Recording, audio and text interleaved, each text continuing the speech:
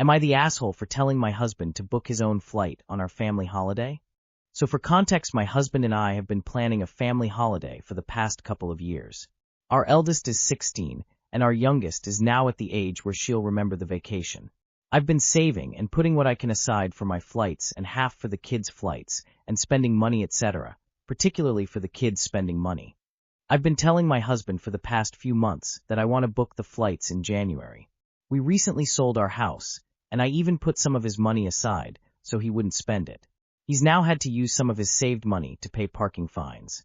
I've basically told him that I'm going to book mine and the kids' flights, and he can book his flight when he has the money.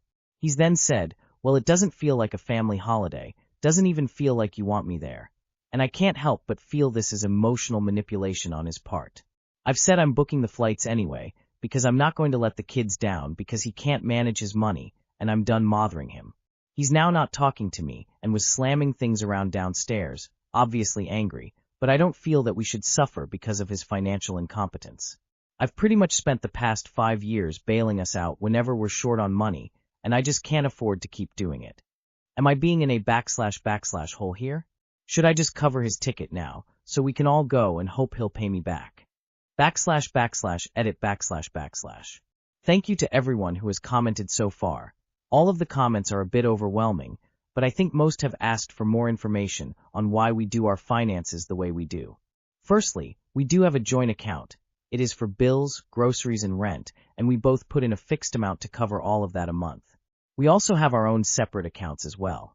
Regarding our previous house, I actually paid for half of the house when we moved with my money, and he paid the mortgage on the remaining half while we lived there. We decided to move to a new area, but wanted to see what it was like first, so decided to rent. What we did from there was I bought him out of his part of the house and gave him money towards it, so that I could keep that house as a rental for additional income. I work 2 jobs, a part-time role for a client and my own business. My husband works full-time, and I earn slightly less than him a year. I work from home most of the week and do the school run, etc. He has left for work before we get up and gets home about 5 p.m. We have a fixed amount we both put in our joint account from our wages, and then whatever we have left is our own. What I have left I usually save half of and use the other half for what I need to, petrol, take out coffees, etc. I have often then used my savings if we have gone over our grocery budget or the kids have an unexpected trip or something like that, because my husband never has any money spare. I'm not 100% sure why, but he says because his diesel cost is high, he has subscriptions, car, pension, etc. The holiday. As for the family holiday, this is something we have been talking about for the past few years, and we had planned to use our money released from the house sale / remortgage to put towards the holiday. This is why I put £2,000 of his aside and £2,000 of mine aside into a separate account. This would have covered all 4 of our flights. However, he spent the rest of his money on miscellaneous joint expenses that we incurred during the move and some other stuff. He has now had to take about £600 from this to cover parking fines that built up. When we moved, we only got 1 permit. We agreed I'd have it in my car because I was there more often than he was.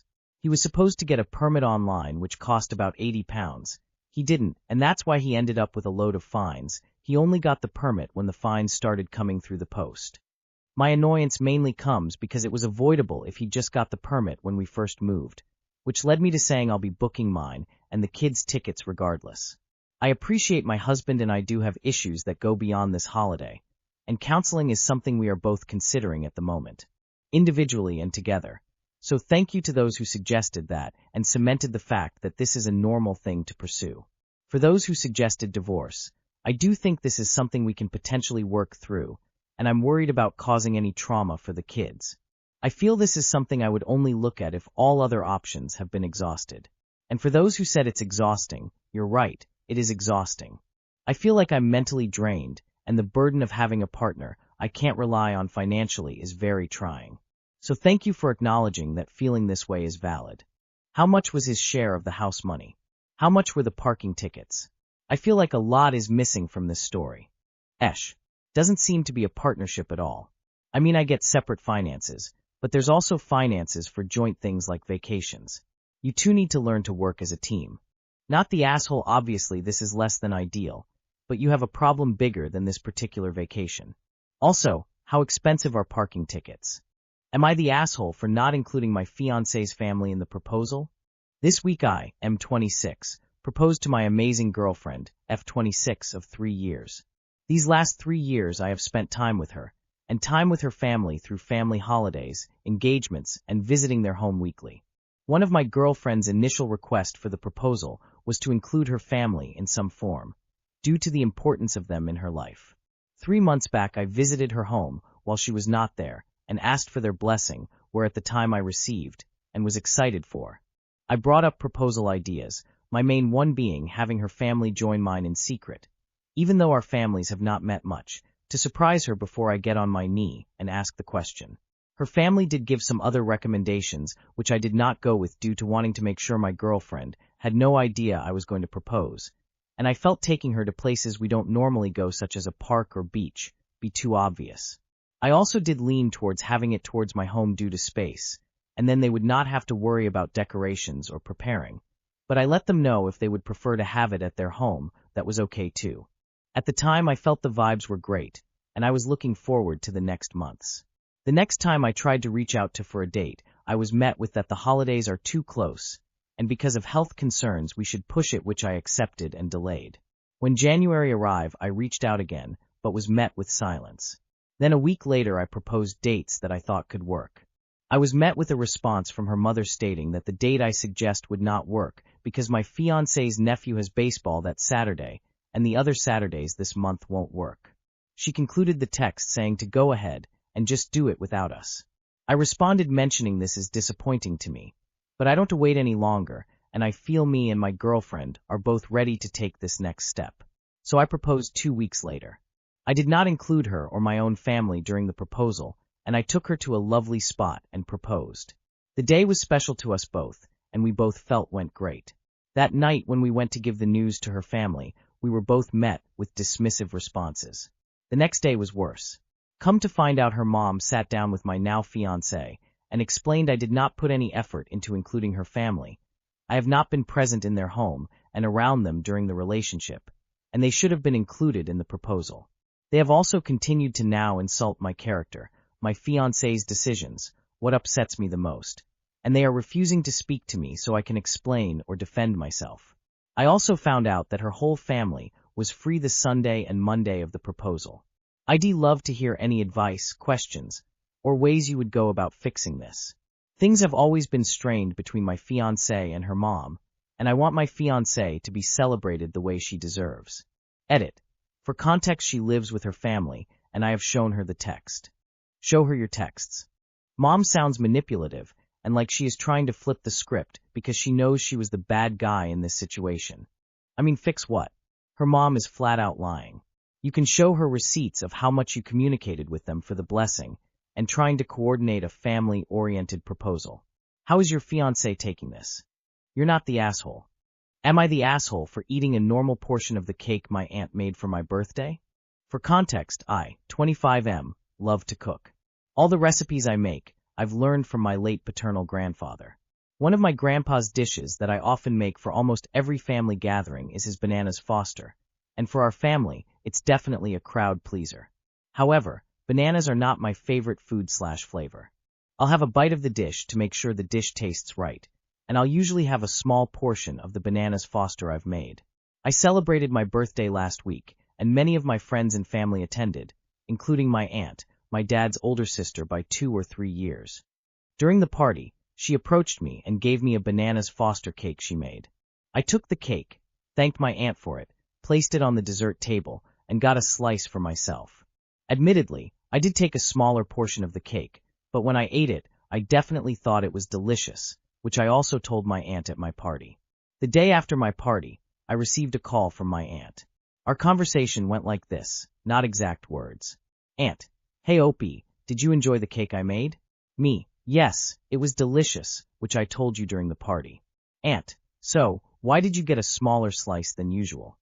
At this point, I was deciding to tell the truth or say a white lie. But I thought if I lied this might be a bigger issue in the future, so I told her the truth instead.